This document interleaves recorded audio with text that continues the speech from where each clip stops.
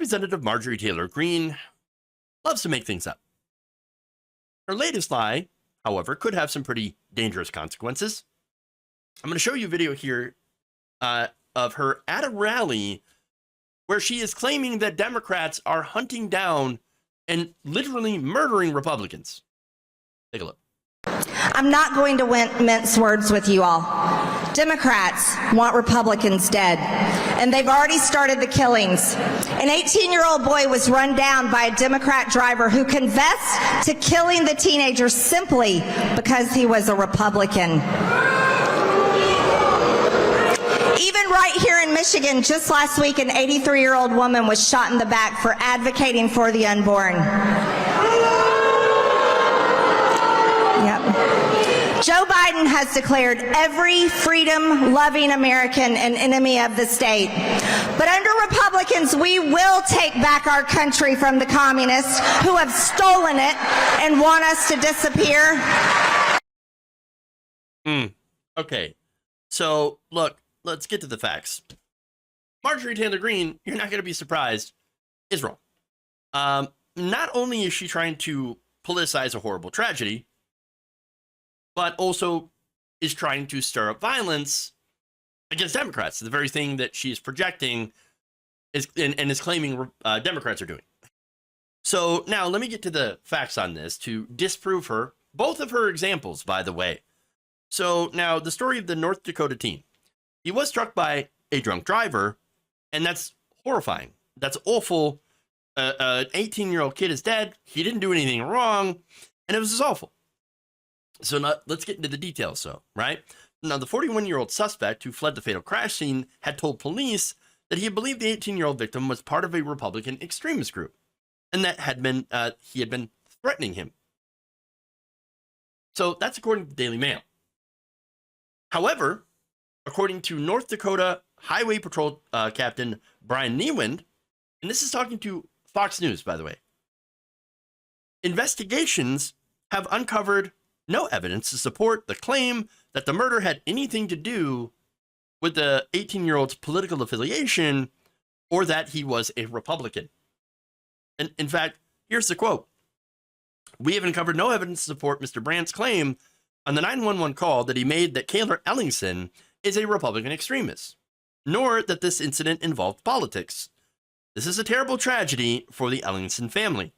We continue to investigate what led up to the incident, the crash itself, and the claim made by Brandt, but at this time, there has been no evidence to corroborate Brandt's statement."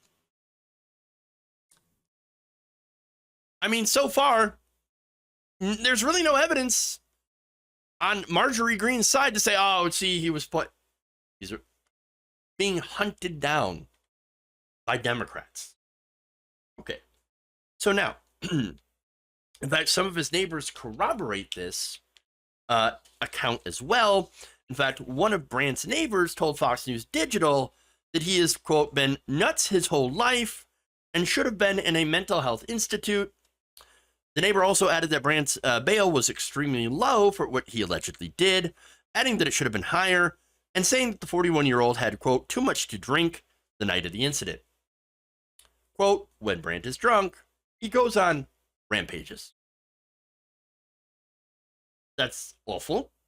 Police had found that Brandt had been drinking that night. When officers came to his residence, he had admitted consuming alcohol prior to the incident. Brandt's blood alcohol level, according to a breathalyzer, was over 0.08.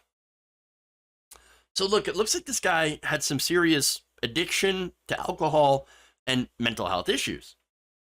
Neighbors also say that Brandt's accusation that Ellingson was part of a Republican extremist group was only an excuse for what he allegedly did. Maybe the guy watched too much. I don't know. Too much like television or whatever. Fox News. I don't know. I don't know. Look, that said, four of Brandt's neighbors said the incident didn't have anything to do with politics, but rather Brandt's mental health conditions. Now, that said, there are people, of course, who identify as being on the left that have mental health issues and being on the right that also have mental health issues. That's not really a political thing. Human beings sometimes have mental health issues. That said, right?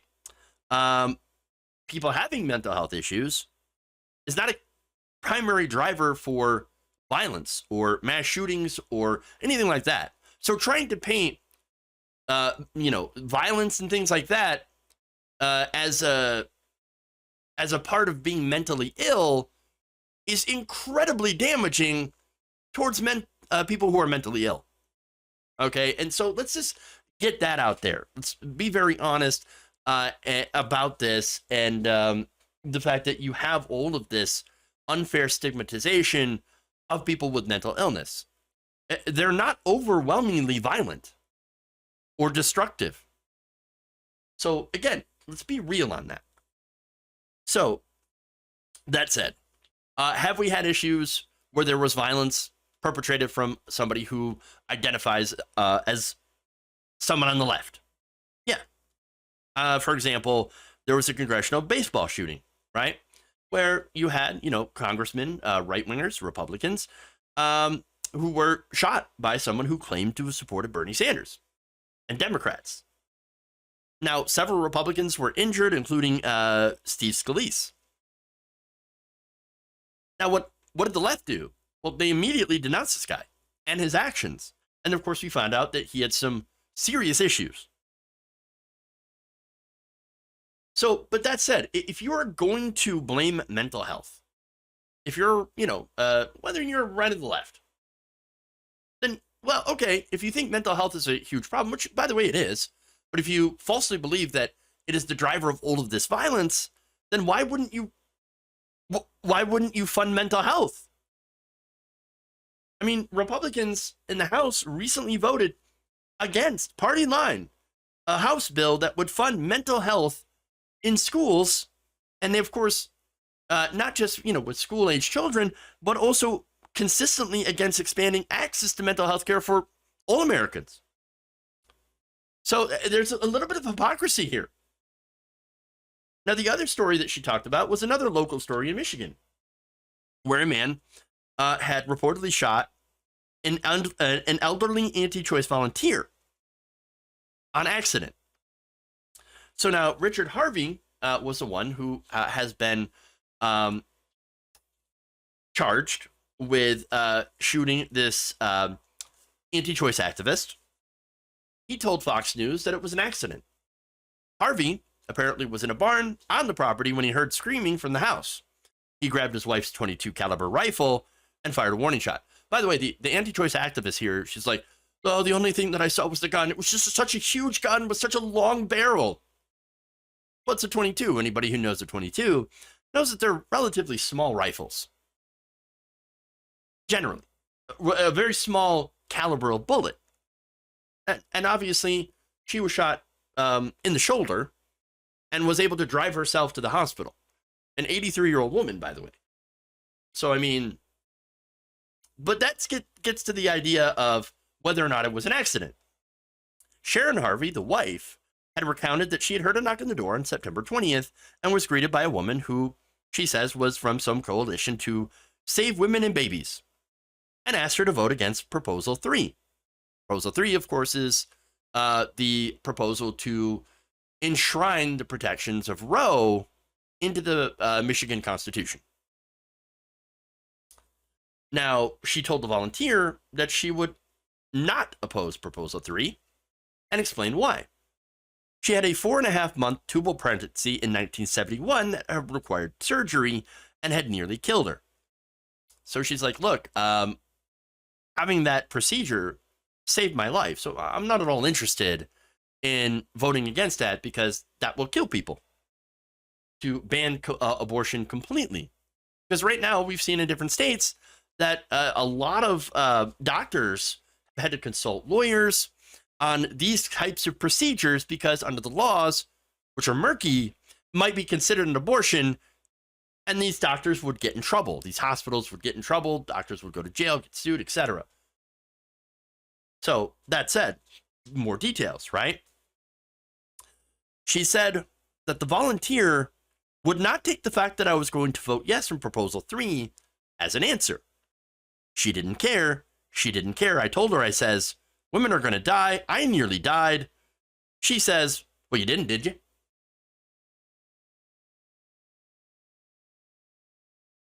That's part of the verbal altercation that these two had. And so, look, when we're talking about things like this, emotions are going to get heated, right? And so, of course, this turned into an argument.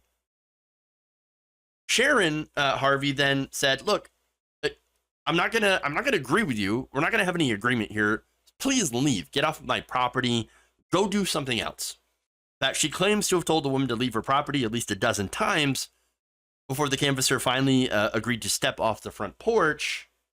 But that's it. And then continued to argue. Richard then recounted that the volunteer was still ranting and raving and had this clipboard. She's waving it around. I'm thinking she's going to smack Sharon with it. So I, without thinking, I went to club it away with the rifle. By the way, let's go back a little bit to when he had heard the arguing, grabbed the rifle, fired a warning shot at a tree. Then he went up there, still holding the rifle, and tried to use the gun to bat the clipboard away. Apparently, his hand went on the trigger, right, or was still on the trigger guard, and when he tried to bat it away, fired somehow and hit her in the shoulder. I don't know how true that is, but he says this: "I shot somebody. It was an accident." Now, this is under investigation. We'll see if that's the truth. But he is currently being charged with assault, careless discharge of a gun, causing injury, and reckless use of a firearm. Which, by the way, yeah, it seems pretty reckless, to be fair. Which is why I say, when you have guns around, when you have guns involved, well, that's when you get a bad time. You're going to have a bad time. That said, nobody died. The anti-choice activist drove herself to the hospital. She's recovering. And so I don't think this qualifies as a case of Democrats literally hunting down Republicans. We don't even know if that specific person was a Democrat to begin with, the husband. That said, I think Women or March for Life, this group of which the victim, and she is a victim, she was shot, belongs to, is saying, no, this was targeted.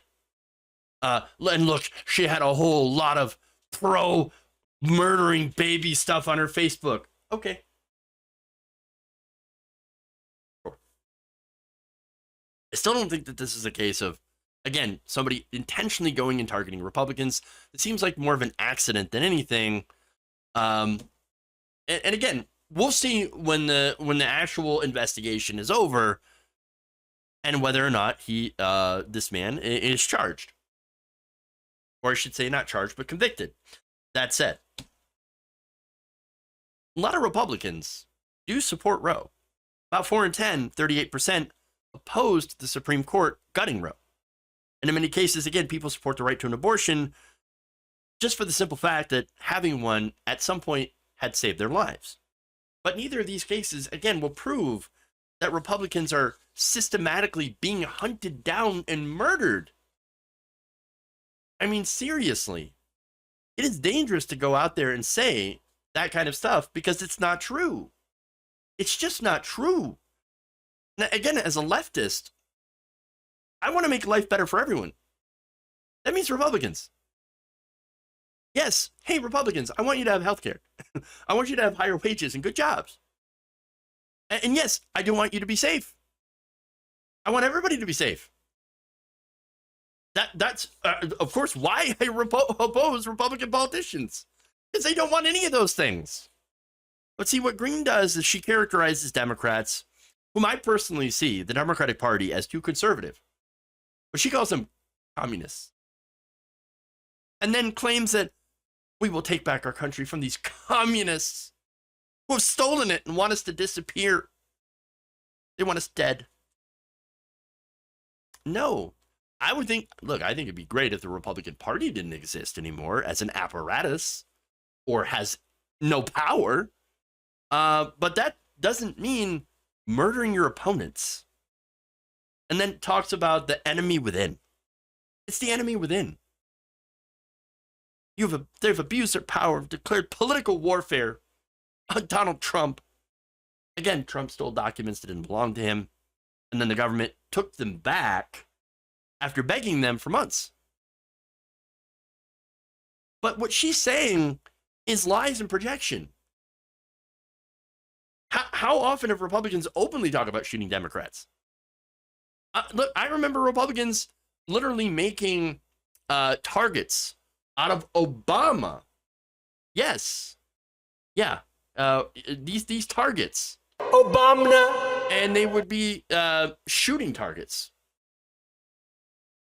And they would, again, what do you do with shooting targets? You shoot them. I know that's not the same, and I'm not trying to say it's the same as shooting people, but how much more violent, rhetoric and imagery are we going to see from the right wing that some people are going to take as an invitation to do it in real life?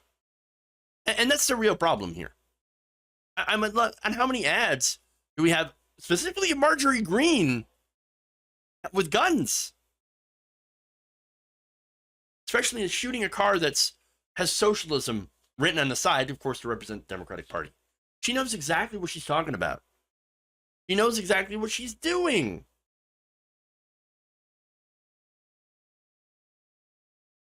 Look, and by the way, they've also, again, talked about killing the former vice president. You had Mike Pence, and you also had, as far as Democrats are concerned, you have an entire movement that is mainstreamed by Donald Trump in the Republican Party that believes that the Democrats in Hollywood are all satanic pedophiles who are drinking children's brain juice. No, what this is that it's stochastic terrorism. She seems to be stoking violence against people that she does not agree with. I think that words matter. And I'm afraid that as a result of all this, there will be more political violence due to people like her. Well, of course, what I'm not saying is, well, what she thinks people like me say. I don't want her dead. I want her out of power. I don't want her to have any political power or influence, which is vastly different than the messages that her and her ilk send out about Democrats, people on the left all the time.